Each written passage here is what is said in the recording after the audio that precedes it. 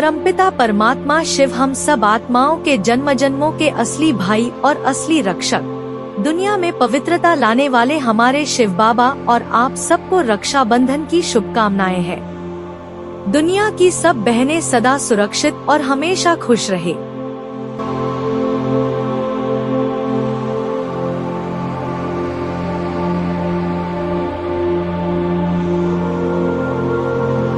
शांति। आज है 19 अगस्त 2024 की साकार मुरली। ओम शांति। मीठे बच्चे ज्ञान की धारणा करते रहो तो अंत में तुम बाप समान बन जाएंगे। बाप की सारी ताकत तुम हजम कर लेंगे।